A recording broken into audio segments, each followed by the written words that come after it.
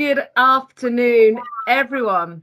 My name is Caroline Logan. I am the Programme Director for BuildForce, reporting from a very crisp autumnal day in Dorset, hence my winter clothes. So today we are going to enter the world of logistics, and I'm delighted to have with us Andy Rhodes, who's been involved with BuildForce pretty much from inception and has been a huge ambassador and a support to our candidates into the sector. And then it's always a huge delight to see one of our previous candidates come back to us as an employer reporting as life on the other side. So welcome, Joe. So two incredible people with some incredible journeys, no pressure, guys. So sit back and enjoy. Over to you, Angela. Thank you, Caroline, and good afternoon, everyone, and welcome to the BuildForce Virtual Chat. I'm Angela Forbes, and it's a pleasure to welcome you, so thank you for dialing in. Now, to abuse Robbie Burns' quote, logistics can make an average man great and a great man average. So to tell us today what industry logistics looks like and to share their own transition from life in the armed forces to a role in this great industry, we have two very special guests.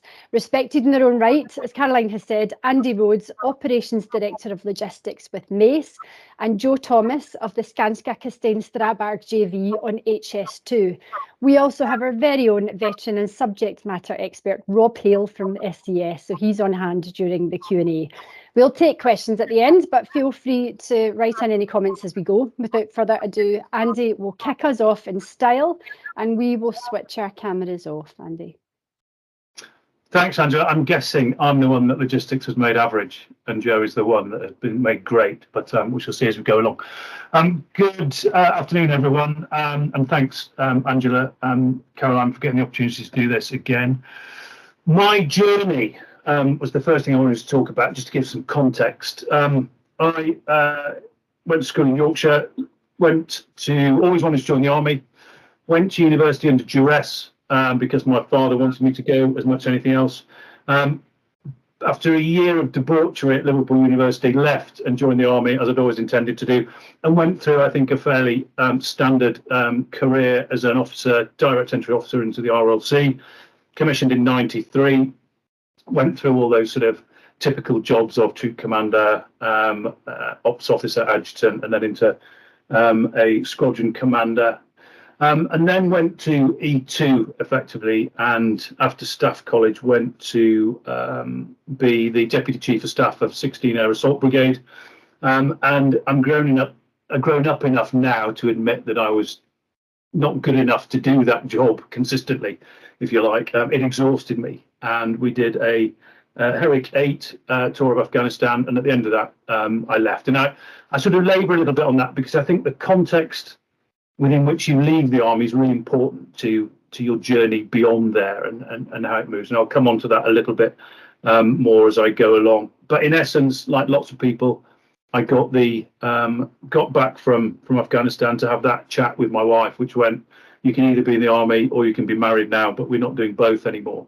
And so I left the army pretty abruptly. And that's important because I didn't feel as though I had much time to prepare to leave.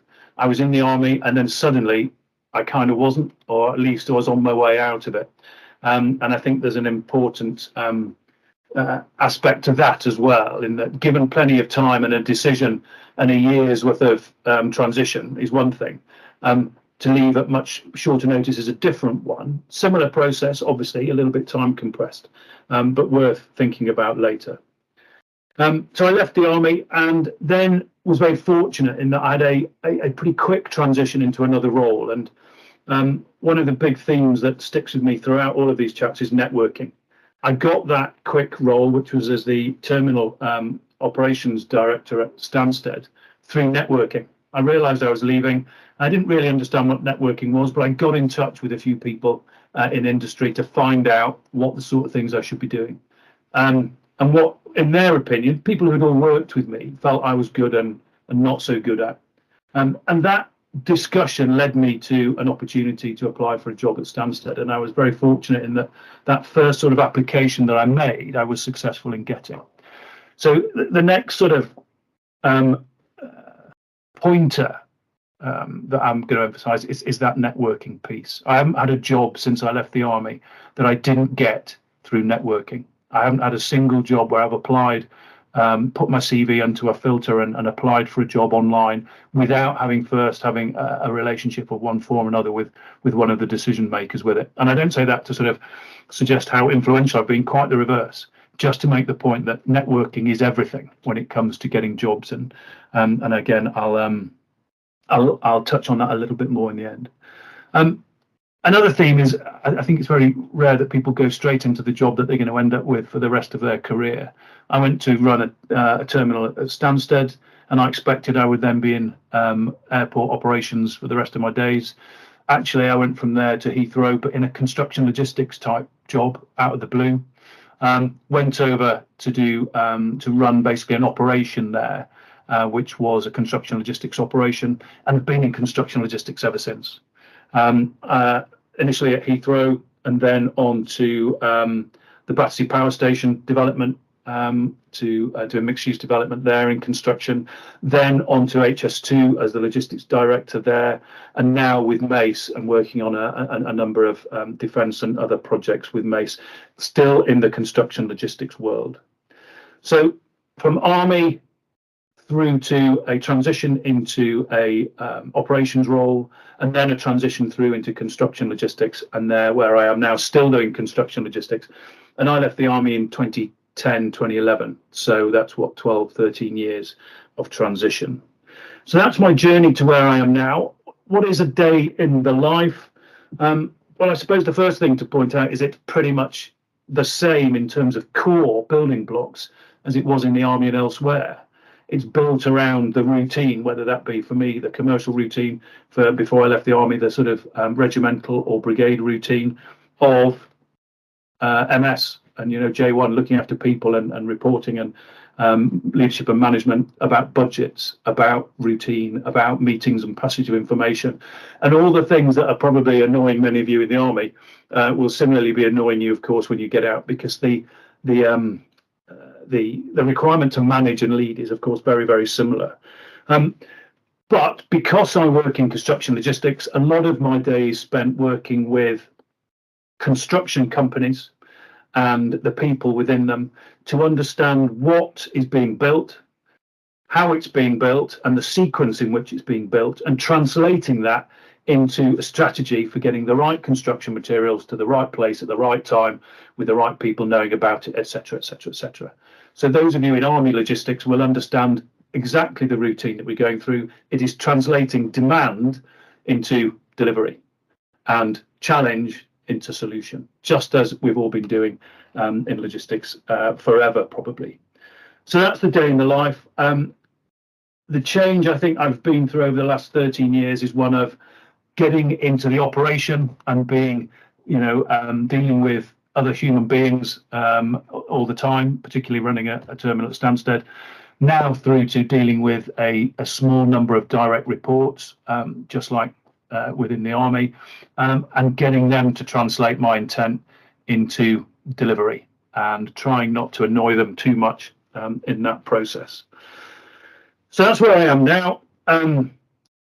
The learning that I've taken, if I can just summarize that really, is I didn't set out to be in construction logistics. It kind of happened. I think the first big learning moment I had was because I was in the Royal Logistic Corps, because I had spent my career in logistics, I assumed I would leave the Army and go into logistics. I didn't, and I'm still not in pure logistics, because a lot of the logistics within the Army doesn't really translate well into civilian logistics in terms of systems, in terms of processes, in terms of priorities and what have you. And I think most of you will appreciate that. And therefore, what I learned early on was I hadn't been really doing a lot of valuable logistics in relation to a future career. What I had been doing was spending 20 years in the Army managing operations. And I realized that I was an operations director, an operations manager, not a logistician in terms of the eyes of the industry and civilian world. So that was the big thing that shaped my career from that point on. Despite the fact that I ended up in construction logistics, that's almost irrelevant. It was understanding that what I had been doing and what I could do was manage operations and manage people to deliver outcomes. And that's what really shaped a successful career from that work on. I'll emphasize again the point that networking is all. I wouldn't have had a job since leaving the army had I not networked. That's the way that I've got into every single job. And what is networking? It's not events like this, frankly. These are very helpful in terms of shaping and what have you. And you do make contacts here. But networking is actually being very active and going onto LinkedIn or to your black book, whatever it is that you want, approaching people and saying, I want to do this job. You do something similar. Can you help me by giving me some advice about how to get there? Engaging with people directly. Someone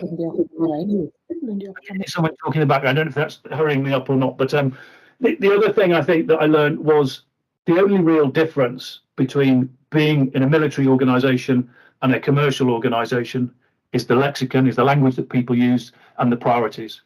Everything else is very, very similar. The similarities are far greater than the differences. And I say that for a reassurance point of view, that you'll think you're changing completely from one environment to another. You're not. The reason you're successful in the army or the other services is because you are that kind of a person, and you'll be successful outside of the army and the services for exactly the same reason. What worked for you in the services will work for you elsewhere. And the number of times that I've brought forward what seem to be innovative ideas, which I've just stolen from SOPs or from things that I've done in the army and just translated into commercial world, are endless. And they just translate well. Why? Because ultimately they're good for working with people to deliver outcomes, and that's what all business is about, isn't it? It's about people and outcomes. Overall, the frustrations are very similar in many ways. Not that you're being away from home for 6 months and coming back exhausted and all that kind of stuff, but in terms of the day-to-day, the frustrations are similar, but so are the rewards. We would think many people would tell you, oh, what I miss about the services is, I don't have the same engagement with the Toms, the soldiers, that sort of thing. Actually, I think in most businesses, within a general sort of frame, you do have good relations with people. You work with people in a similar way. The difference is that it's not quite as hierarchical, and it's more difficult to sort of understand maybe what your peer level is. But equally, it doesn't matter, because you're not competing at that sort of level anymore, and you're not operating in that kind of a way, at least not quite to the same extent. And the final thing I think I would say before I hand over, because I'm prone to talking for too long, is if you've got time to prepare. I didn't have a lot of time to prepare because of the nature in which my departure from the army came along. It was quite abrupt in a way, and it had to be for lots of reasons. But actually, there is plenty of time and plenty of preparation you can do in order to maximise your opportunity. And the main one is, sorry to bang on about it again, is build that network. Get out and get in touch with people and start asking the questions. I'm leaving the army soon. You do something I'm interested in. Can you give me some advice on how I would get into what you're doing? I had 10 minutes. I think I've used my 10 minutes. Caroline, shall I shut up at that point and hand over to Joe? Andy, that was perfect. And we would never rush you. We were hanging on your every word there. So some fantastic questions are coming in. We'll come straight back. And Joe, hi there. Hello, hi, Angela. We can hear hi, you. everyone. I'm Joe. I am completely different to Andy. Where I started my journey, I started as a private soldier and worked my way up to Deputy Warrant Officer in the Falkland Islands, where I look after one of the biggest ammunition depot in the British Army. My journey as a private soldier, I believe anyone as a private soldier should understand. It is like we said, the operational. You're going to be working from the ground level, and then you do all the tasks that was passed down to you, make sure they've been accomplished, and you got the warrant officer, you got the sergeant with a stick, making sure the job's been done. And the way I say it, once task's been given, you have to just complete it. You've got no options. And then I transit myself up to senior warrant officer, where I learn how to manage people. So working in a squad room, you have to be the one with the stick now, trying to tell everybody whatever task that had been passed on from your CO and everyone really that's been given to you. So then I did 22 years, 24 years in the British Army, and I've done every department, I could say. I've been to Afghan, optelic, I've done optelic, I've done Iraq, I've done loads of international deployment in Kenya and Canada, loads of places. So I would say I've worked in warehousing, fleet management, I've worked in asset management and distribution.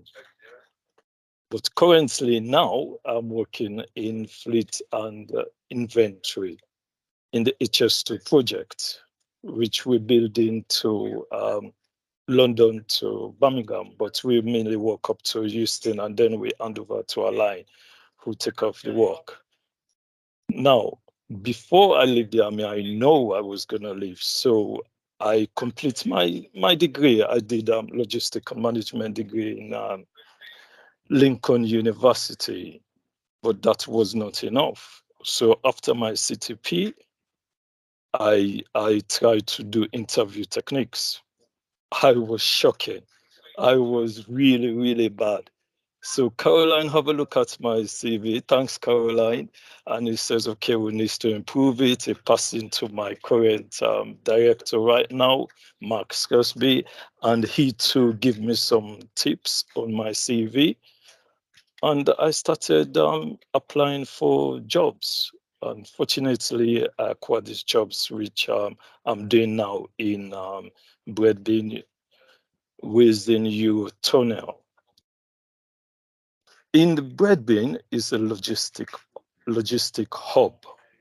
We is loads of departments and loads of roles. So if anyone who is looking at transitioning to civilian employment, you have the chance to come over, try and come and see, because we've got lots of, we've got the control tower team, which is actually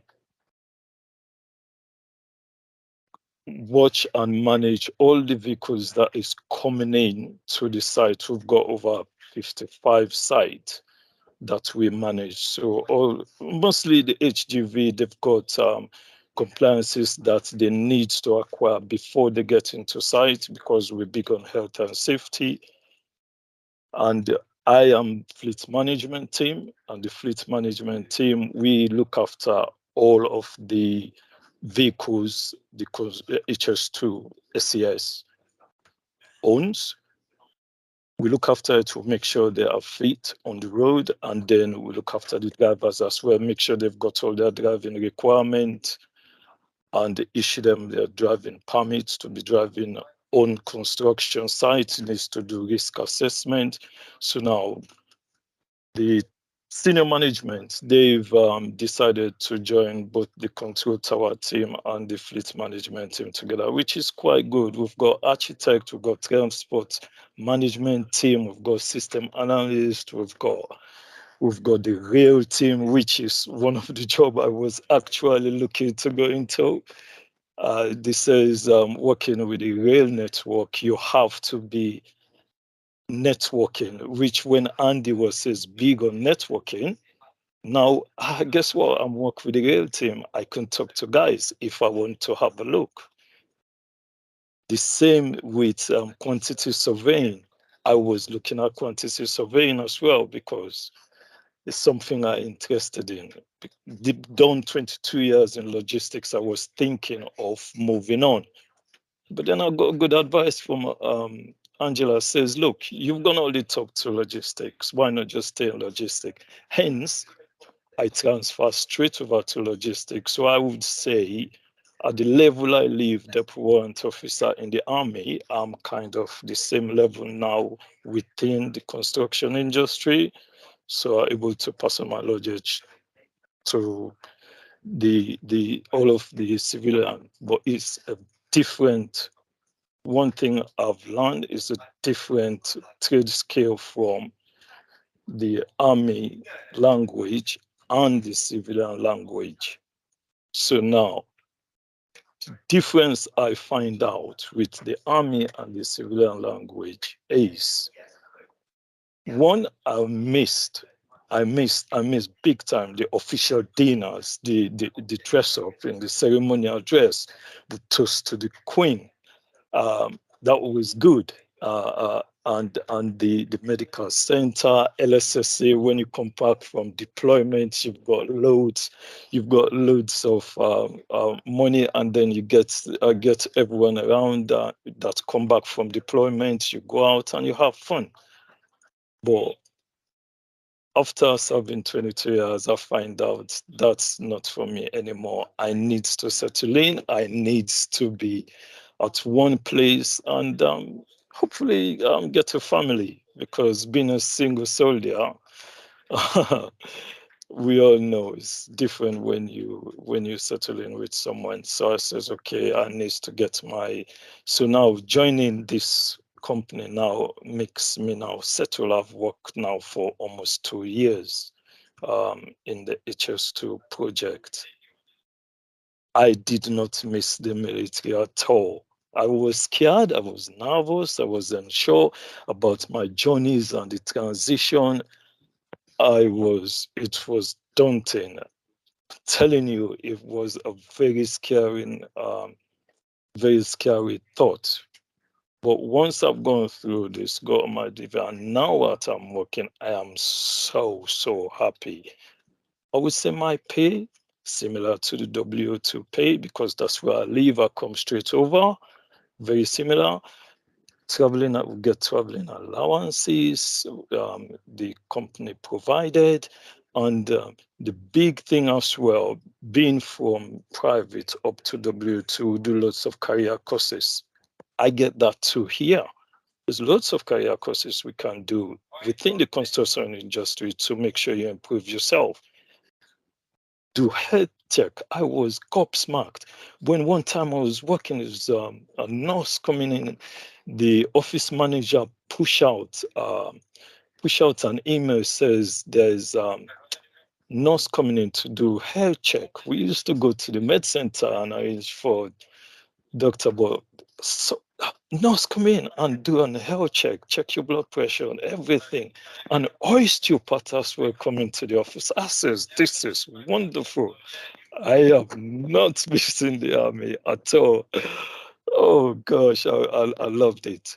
So if I'm gonna give anyone advice, doing this transition now, try and do as much courses as you want. The networking as well and the refers is very important, because I've met so many good guys that we are working with now. I would say it's the same kind of structures as well. You've got the senior management, and you've got the middle management, and you've got the guys that are just coming in. We've got what's the word, apprenticeships, who are doing architects, all work in the same office as well. And it's always progression. So just try and see where you are now, whatever private, corporal, or up to, I don't know much about the commission officers, but up to warrant officer, you look at what you like, talk to Caroline and see if it's possible. We always chance. We've got lots of people coming in and have a look at what we do here with the project, take them around to the different sites, and see, and we can show you exactly, says, okay, that's what you're thinking of doing. Talk to this person, which is the same network person is doing that. If somebody interested in fleet management, I've actually done fleet management in the army. I look over 300 vehicles, Optelic. I was in Lashkagar during Telic 10, looking after all of the, assault vehicles. All the assault vehicles. Now I look after construction vehicles. So whatever you're doing, as long as you know you're good at it, you try and network, you ask the right questions, talk to Caroline. I'm pretty sure he could try and find a way to help you out. My final thought is, transferable skills. The skills we learn in the army, to me, is the best ever you can get. As long as you can understand the military language, which is completely different to the civilian language, you try and understand it, because we all know military language is you have to do it, that's it. But with civilian language, you have to channel it and make sure you do not come aggressive. And once they understand where you're going and what you mean, I get loads of help from the civilian. I do mention a lot about the military, which is a bad thing, which I should forget. But the civilian language is different. You study that, and the skills we've got, like leadership, teamwork in the army, we do that every single day. That is easily transferred. Problem solving, critical thinking. When we're out on exercise, you get stuck in a vehicle, it's supposed to call the remes. Most times we see guys just improvise, we always call it. Find a way to dig out your vehicles and you carry out on the task, because you make sure you complete your task. That's technical ability as well. Then you learn, and all the private guys, everybody learn as well from it. We adapt the weather. When I was working in Canada, this is like British weather is bad. Trust me, when you're out on exercise in Canada, the weather is outrageous. But once you've got your task to be done, no matter what, you make sure you complete it. So all of that trade skills we've learned from the army, you can easily carry it out to ISIS, any civilian employment. So I would advise anyone, don't be scared. Try and get all your information, network. For me, talk to Caroline, because she helped me a lot, and I'm pretty sure you'll be fine coming out. That's the Thank story, you, Caroline. Joe. I think we are happy because you're so happy, Joe. So I think we're all watching this with a smile on our face. Thank you very much for that. Yeah. Okay, our speakers are back on. If you do have any questions, please raise your hand. A couple of questions have come in. I'll start off with a few just to warm up our speakers. So Andy, thank you very much for kicking that off for us. So a few questions for you. When you were chatting through your career to date, there's a lot of director level roles and on your CV, and I expect they're more client facing, sprinkling a strategy in there. That is a dream for some of our service leavers listening to this. So the question is how do you break into that space, and what advice can you give? And I know you said kind of networking helps, but should they hold that aspiration or take a sidestep to build up to it? I suppose realised early on, well, I made a decision early on, and it was a conceptual decision for me. So I, as I said, was leaving the army fairly swiftly, thought I should go into logistics, but realised as a generalist officer, I didn't have the specialist skills that Joe does. So I couldn't translate that into logistics, really. And so operations was the sort of direction I went in. But I also made another really important mental deduction, which is one that I share with everyone that I speak to on this sort of topic. And that is one that I made the mental jump to say, I'm not changing career.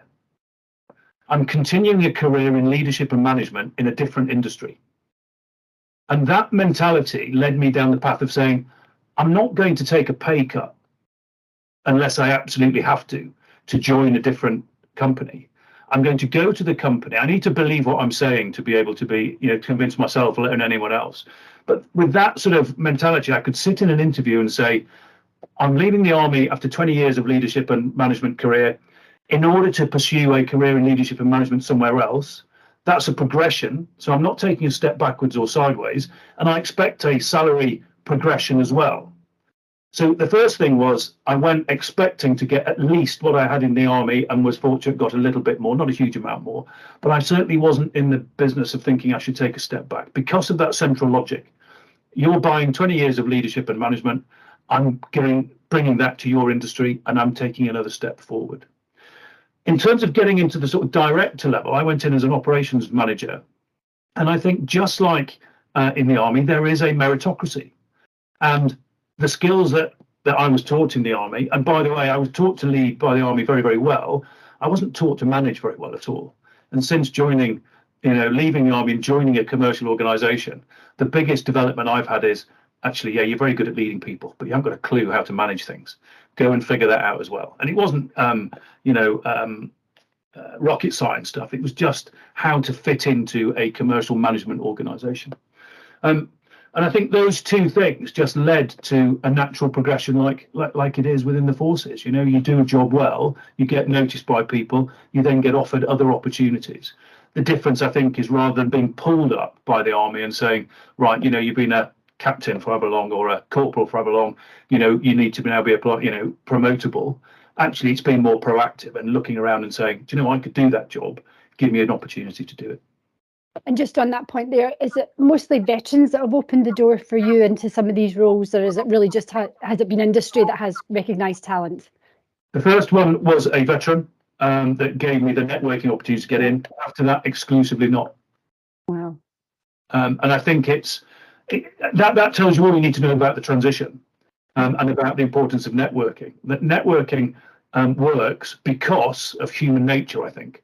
That if I was to ring up you, Angela, and say, when you were in your sort of commercial director role previously, and say, I want to be in a commercial director role, can you give me some advice how to do that? I think human nature makes us want to help other people. It probably makes you feel a little bit better about yourself because somebody wants some advice from me. So people want to spend that time with you over a coffee or whatever else. So you shouldn't think of it as burdening somebody. You ask the question, give me 20 minutes, just some advice.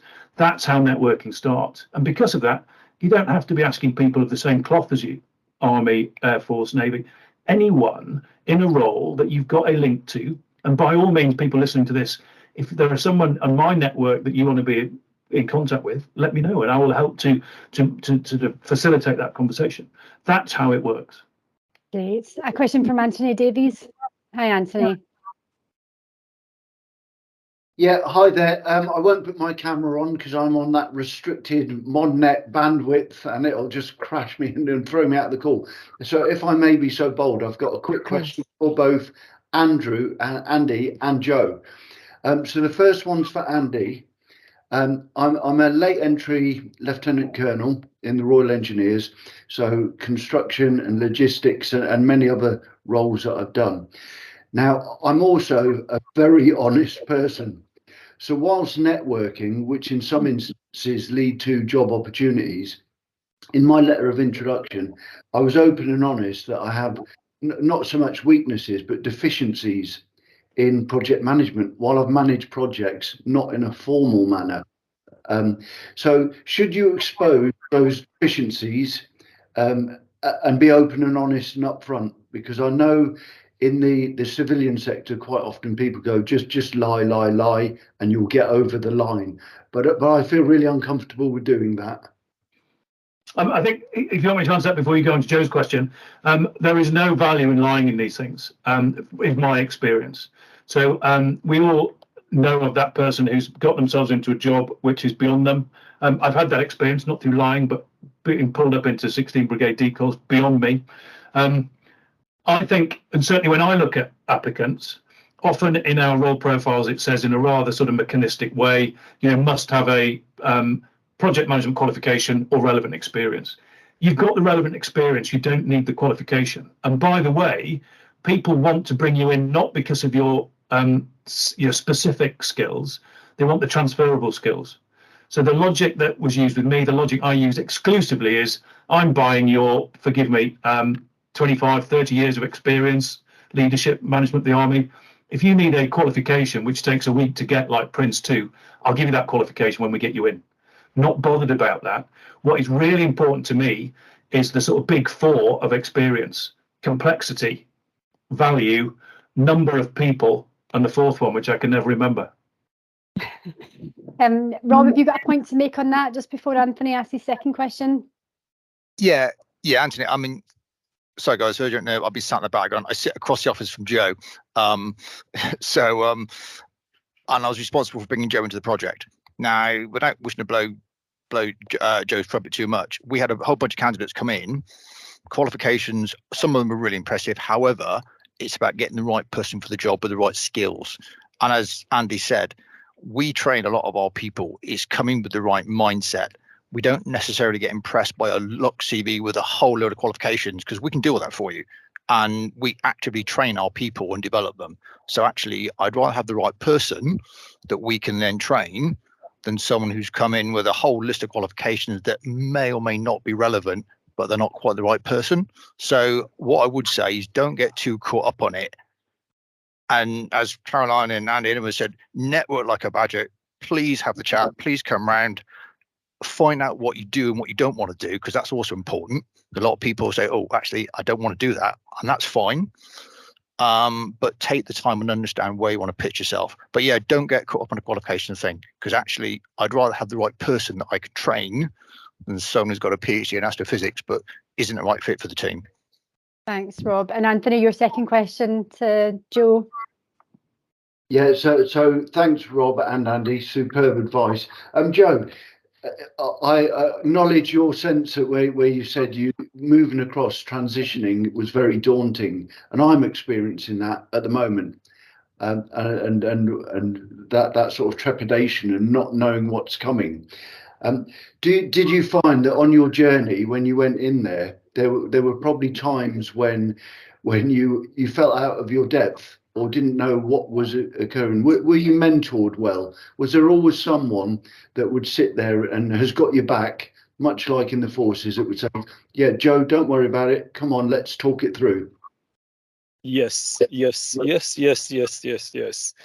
Was very daunting. As I says, I always sing praises to Caroline and Angela, because when I left, I was looking at my initial thoughts in the army. When you deploy on the scale, your wage scale, I look at and all the packs you've got from the army. When I transfer it over, I says, right, I want to be a quantity surveying. I wanna work in the rail team. I wanna be I forgot, but we'll come to that. But however, the interview I try and apply for, Caroline helped me to apply for, I failed considerably. And that's when it come back and says, right, now let's take a step back, because this is my first employment after the army, by the way. So it says, okay, let's reset. We come back, go over my CV and what Rob has says as well, what I'm actually good at. We work on that. Don't start trying to go into quantity surveying or the other department. I says I had, because I actually thought I had enough of logistics, which I was very good at. I can dream and speak operational level in logistics. I says I'm gonna do something different, and the mentor I've got from Caroline and Angela, even trust me, the first time we tried to talk on Teams, I could not. Even now, sometimes we used to face on face, sit down, have a brew in the army, and when you need to discipline somebody, you call them in the room, you get your steak, you discipline. On a meeting, we sit in a big room, everybody, including top level, junior levels, face on face. It's completely different to do the Teams work. So I struggle with the Teams. I struggle big time. Now says I'm in a good place. I've got Rob to help me out here with the Teams, some tips. And with my interview technique and my CV, I could not praise. I'm so proud now, my CV and my interview technique. Now, I think I can go for all of the jobs I failed trying to get here. I honestly thought so. When I show my CV, I can get for a proper high-end paid job now. But I like what I'm doing. For me right now is more about quality of life. I enjoy what I'm doing. Fleet and logistics, awesome. So yes, your question, yes, I've got exactly what we get in the military. And I try to do that as well, trying to mentor and teach people as well, because we do that. That's natural in the military, in the army. Andy, you had your hand up there. Yeah, I just wanted to make a point and perhaps dispel maybe a myth. I don't know, but I have a mentor. My boss has a mentor. My boss's boss has a mentor. There is an acceptance across every business that I've worked in since I left the army that nobody's perfect and everyone needs or has the ability to get better and develop. And so whether it be a coach or a mentor, even the most senior execs tend to have those people that they can turn to and say, look, I need to do this next month. I'm thinking of doing this. Is this the right way to do it? And I say that because nobody is expecting you to join a company following an interview process and everything else and be perfect. People are expecting you to come in with the core skills that they can't teach, which is leadership management experience over 20 years, plus the resilience, the adaptability, the flexibility that people know people from the armed forces bring. The rest of it, there's an acceptance that you will develop over time. And I think that's a really important thing to get your head around, is there's a full acceptance of it. So back to the original question, no, don't lie. I think it's far more odd for me to get somebody leaving the army to come in to claim to have everything swept up than it would be for somebody to be able to say, hey, and this is what I said when I was being interviewed, I know that I've got one blind spot, and that's that I've never managed big budgets strategically. I've done a regimental accountant type course, whatever. I can manage a budget, but not a profit and loss account. I'm not used to that. And there's a difference between adding up and having a commercial acuity. That is what comes over time. And everyone knows that you're not going to bring that unless you've been in a very specialist role in the army. That will develop. As I say, they want you, we want you, because you bring 20 years or whatever it is of leadership experience that we can't teach you, because we never give you the same environment. Everything else, the superficial stuff, the Prince 2 course or this, that, and the other, it can be taught in a short period of time. So don't worry too much about it. Brilliant. A couple of quick questions for you, Andy. Just you mentioned you're in the defence space now. What is that like on the civvy side? Good question. Depends. I work in the defence space, but not with uniformed people. I think if I did, I'd find that frustrating because I left the military and said I wouldn't go back to defence, but I've kind of ended up obliquely there. So what I'm doing, and this is open source, so it's not a concern to discuss it, but I'm working to build facilities at the atomic weapons establishment near Reading. That's what I do for Mace, and we're building £23 billion worth of construction basically there. I deal with almost exclusively civilians, the odd Royal Navy type person that lives in the nuclear world. And it's great because I've left the baggage behind. And for me, the baggage for the army was not knowing where I'm going to be in 2 years' time and having to explain to my family once again that we're going somewhere that we would never choose to go. The pressure of promotion and in that sort of elevator of promotion, and why didn't I get promoted first time when my peers are, all of that has gone. And so actually I find it really refreshing. I enjoy working to something that is nationally critically important, nuclear deterrent, like defence. It gives me that reason to get out of bed and drive forward every morning. But I don't miss all the gnaws of who's getting promoted on the pink list, beige list, all that kind of stuff and the gnaws. Someone, a very good friend of mine, described it really well to me the other day when he was asked, do you miss the army? He said, I miss some of the clowns, but I don't miss the circus. That sums it up beautifully for me. I miss some people a lot, but the actual organisation, I don't miss actually, because there's so much sort of associated stress. I'm just done with it, frankly. The biggest risks you deal with on a project that size? Safety every time. We had a fatality on site earlier on this year, and that really in construction is the thing.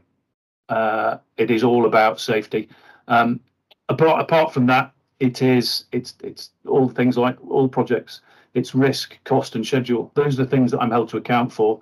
Are we delivering to time? Are we delivering to cost? And are you managing risk? And that, if you translate it through, is exactly what you were doing, Joe. You were managing resources to deliver outputs, and you had a certain budget or a certain amount of resource to do it. Everyone on this call has done that, just at different levels. And that's really why I go back to the transferable experience bit about project delivery of complexity, scale, cost, and the fourth one. Yeah, fourth one. Okay, a couple of questions have come in. I'll ask it to both of you. Paul, WO2, due to leave in 2026. Is it worth completing a degree before leaving, or is life experience worth more? Just to ask you, Joe, did your degree help you get the job, or did it just upskill you generally? It upscaled me generally, my degree. It upscaled me because when I start looking for job, most of the job being, especially for a W2, you are looking at going in at a manager level, and most of the jobs they require a degree. You don't have to have it, but if you have the opportunity to do it, I will suggest anyone to try and complete something. However, that degree is just a tick in the box. Like when we go on courses in the army, it goes, right, I've got my tick in the box. You have to do your MPC to get your promotion to corporal. You have to do your senior NCO course. It's just a tick in the box. It doesn't teach you how to do the job. It doesn't give you all the things I was talking about, the transferable skills. The degree will teach you how to write a project, how to write a letter, how to write stuff. But the actual thing you are leaving in the army, the experience, the transferable skill, to me, that's the best. So yes, if you can do it, you get an upscale by looking at your CV, but when they actually look at your CV, they look at your history of work. Okay, and a question to Rob, actually. Rob, you're obviously on HS2 at the moment. Very, very busy project. Somebody's asking, when should they be looking for a role? Is it the 3 to 6 month period? Just 3 months just seems a bit too close to. Yeah, I think, yeah, it's never too soon. But obviously appreciate you have to extract yourself from the military, and I was in that position as well. Happy to have a conversation at 6 months. If people have got the time and you can fit it in part of your resettlement, get in early, because at least then with CVs and all that sort of stuff, because I know a lot of people that we've hired here, we've had, certainly from the BuildForce candidates, we've had the CVs that we've then put to HR and said, look, could you please consider these people? So it's almost kind of reverse engineered for some of it. I mean, Joe was there, previous guy, Graham Leonard, he was the same. We got the CV from Caroline. We kind of reverse engineered it a little bit ahead of time. And again, I think most companies will, if you've got the right person and you know that's the right person, you're willing to flex it. So I would suggest, yeah, there is no right or wrong, but have those conversations early. And if you are the right fit, the companies will normally engineer something, because if they want you, they will try and get you in. And normally the HR people will just go, yeah, okay, thanks so much. If he's the person you want, the HR will do a sift and all that good stuff. But normally they speak to the customers, if you like, and go, is that the right person for you? So, yeah, I mean, yeah, there's lots of this discussion, but I think there's never too early. And again, have discussions. It may go somewhere, it may not. But you never know. It may, as Andy said, it may just be that networking thing that your CV ends up on the right person's desk, as happened with me, and away you go. So I know sometimes we're not always good at that networking thing. We're a little bit reticent. Don't be, and as Andy said, we are all more than happy to speak to veterans and guys and girls coming out. I'd rather happily spend my time, because it's not wasted. So please don't feel shy. Drop us an email, give us a call. It may come to something, or you may go, actually, no, I don't want to do that anymore. I'll do something else. And that's fine as well. And just on the right person, is Joe the coolest cucumber logistician in your team? Certainly get that impression from him. Sorry? Right. What do I say here? What do I say here? Me and Joe, because how could put it, there's a few military people on the floor plate. Every now and then we go in the room and have a chat, and we come out, breathe again. So it is what it is. And I know me and Joe sometimes have had discussions away from the floor plate, because there are frustrations with all these things, as always. And we come at and we come it with a military mindset, which isn't always the same as everyone else's pay. That's what it is. It is. And to you, Andy, the same question for the majors, lieutenant colonels, the colonels, the brigadiers. Realistically, that pool is a little bit smaller for them at their rank. How long should they be looking? What time periods is fair and reasonable for them? I'd fall back in at the same point that Rob, I think, made a minute ago. Joe will probably agree as well. It's never too early, and it's never too late. But the earlier you start, the better it gets. And some of that is simply the mechanics of building that network. And, you know, starting early and saying, we have this conversation a lot, don't we, Caroline, and you and I particularly, about people saying, do you know, I'm leaving in 9 months. Should I be networking now? Yeah, because people, you know, businesses plan on a 3-5 year cycle. So they know what new jobs are coming up, maybe not in detail, but what new recruiting is coming up next year, the year after. And people expect, certainly at senior levels, people to be on at least 3 months' notice and often 6 months' notice for a director position. So you're not disadvantaged leaving the army, because you may well have 3 or 6 months' notice to give effectively, or 3 months before you can leave, or 6 months. That's not unusual. So it's not a disadvantage. So don't think leaving it late makes, you know, help. It doesn't. And it takes time to build a network. Building network is, I'm going to get back into a question before actually about, is it worth having a degree? Always worth having a degree, I feel sure. Depends what role you're going into. But rather than spending time on qualifications, I think it's far better invested in networking and spending your time, taking the time to decide what you want to do in really broad terms. I want to be in, I don't know, operations, or I want to be in logistics, or I want to be in, I don't know, engineering, whatever. Once you've decided what you want to do, starting to find people that do what you want to do and just having those conversations with them. That is the most valuable use of my time, certainly from when I decided to leave to when I went into another job, was time spent talking to people. And it's those people that will say, do you know what, you do need a degree for this because of A, B, C, and D. On a similar note, grab whatever you can in terms of professional qualifications and memberships. So one thing that's really useful to me is being a fellow of the CILT. And that came because I'd been in the army and I just applied for it, went and demonstrated as incompetence and got it. And that's another catch-all on CV qualifications. So I'd say, yeah, it's never too late, never too early. And I think if I may just add one other thing, which I think is touched on lots here, is the barriers to success are almost exclusively, and I mean from transitioning from the army, they're psychological ones. And if I sort of explain what my two big ones were, I didn't know how to network. I thought it was going and asking someone for a job, and I thought that was the hardest thing in the world to do. It's not. It's going and asking somebody if they can advise you on how to get into what they do and what they do so well.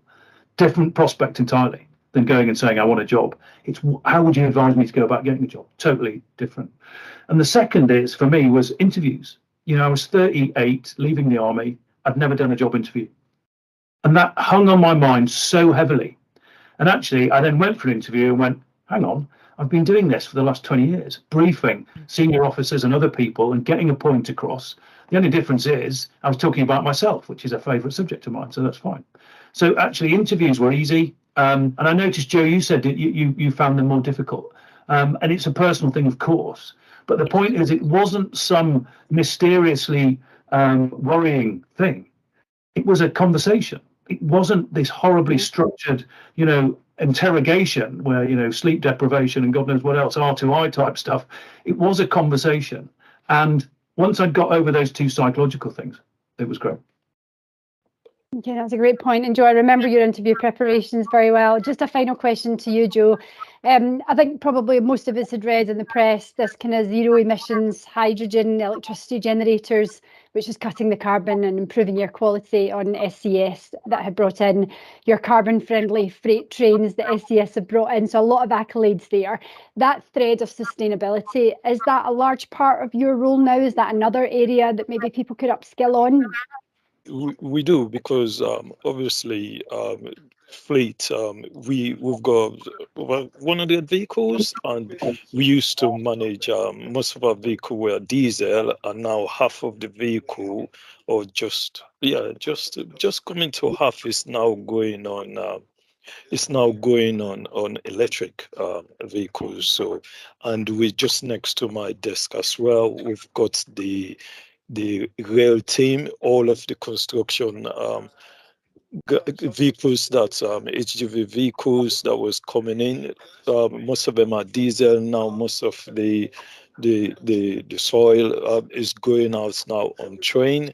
So yes, definitely play a big part in the role of the zero emission. Okay, so that's an important space and one to be worthy of. Final question to you both, Andy. Is there any bad habits you're seeing some of our service leavers pick up at the moment? Anything you'd like to nip in the bud? There's one that I see a bit too often, and that is somebody that looks like they've ransacked the regimental PRI shop and turned up wearing every piece of clothing you can do, like a tie which is crested, cufflinks which are, you know, parachute regiment, whatever else. That says to me you're not leaving an organization, you're still institutionalized, and I think it's far better to take the approach that, you know, you dress for the job you want, and therefore go looking like, I'm not saying untidy, but go looking like kind of people you see in commercial business, not like somebody that you would see at a regimental cocktail party, perhaps. That's one thing. I think the other is there's a tendency in some people to respond to the uncertainty and come across as being a bit arrogant. And there was a guy that came to look around a place where I worked recently, and actually he arrived and he said, "I can tell what's wrong here. What you need to do is this, that, and the other." And I know what he was trying to do. He was trying to demonstrate that he'd summed the place up quickly and he could add some value. What he really did was demonstrate that he didn't understand what we were doing, and he came across as arrogant, and therefore I concluded he just wasn't going to be able to be a good fit in the team. So I think that's a natural response to nervousness, and I think it's just be yourself. Don't try and be something that people expect you to be, because people just expect you to be yourself 99% of the time, and if you can't, you can't get that across in the other 1%. Those would be my two things, I think. Fantastic. And to you, Joe? Yeah, it's very similar exactly to what Andy have says. The only additional I've got is what we says the military language, or especially army language, is completely different to the civilians speak. So when you deal with the civilians, in the army we says you have to cotton wool, you have to wrap them like a cotton wool, you have to baby or and we swear a lot in the army, which in the civilian that will come across as same as Sandy says, aggressive, and we always try to say this is what's gonna happen, and I don't care, it's gonna happen regardless of whether or whatever task you've given.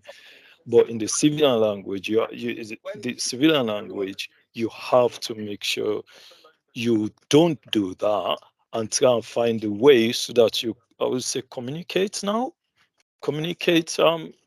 that the next person will understand. Same where it's no arrogant. For instance, yesterday there was a couple of vehicles. Same, I was talking about the zero emission diesel vehicle, and then we've got an electric vehicle that needs to be done. And then a senior manager in another site was complaining he required this vehicle. So because we're in the fleet management team, we actually own the vehicles, just like you work in the camps. I would have said stuff in the army. Listen, it's an army vehicle, I control it. You're not having the vehicle, I'm giving the vehicle to that person. When the vehicle come in, I'll give it back to you.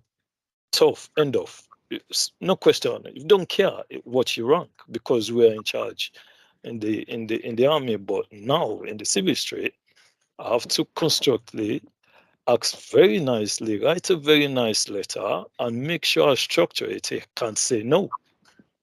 And that come across, and then another manager have a look at it and says, wow, that is spot on. You see, so when you're doing your transition from the army to civilian street, just try to be mindful and be very aware of that. That's all I would say. It's a very good point. And as Andy said, we've all got mentors and line managers. We've all got that support network that sees us through. Well, listen, thank you to Andy, Joe and Rob for their incredible contribution today. Networking is everything, as Andy advised, a network like a beaver, as Rob reiterated, and BuildForce is that network. To our military community, the vastness and depth today is certainly food for thought. So you are not alone. BuildForce are here to support and guide you as you transition. So please get in touch if you have any questions, and we will help you take this further. And I'll pass back to Caroline for some final insights. Yeah, thanks, Angela. So just a final comment from me on that networking. Don't see it as networking. It's just a friendly conversation. And as Andy said, people want to help. And that time of when you engage, if you engage early, you're already building that network, and that network will organically lead to employment very, very often. And Joe, your happiness is just so wonderful to see. That smile is so infectious. And finally, our next event coming up, fantastic day, is our project day, our infrastructure project day with Transport for London. And again, I say, no, it's not about driving trains. It's about rail and road, our infrastructure, with Morgan Sindall Infrastructure and their supply chain. That's on the 30th of November in London, face to face. Great way of networking, and the BuildForce team will be there to help you. So please do book in, don't miss out. So that's a wrap. Thank you, our wonderful speakers and our fantastic military listeners, and have a lovely day. Bye. Thank you, everyone. Thank you, Andy, Joe. Thank you, Rob. Bye. Badgers and beavers. Thank you.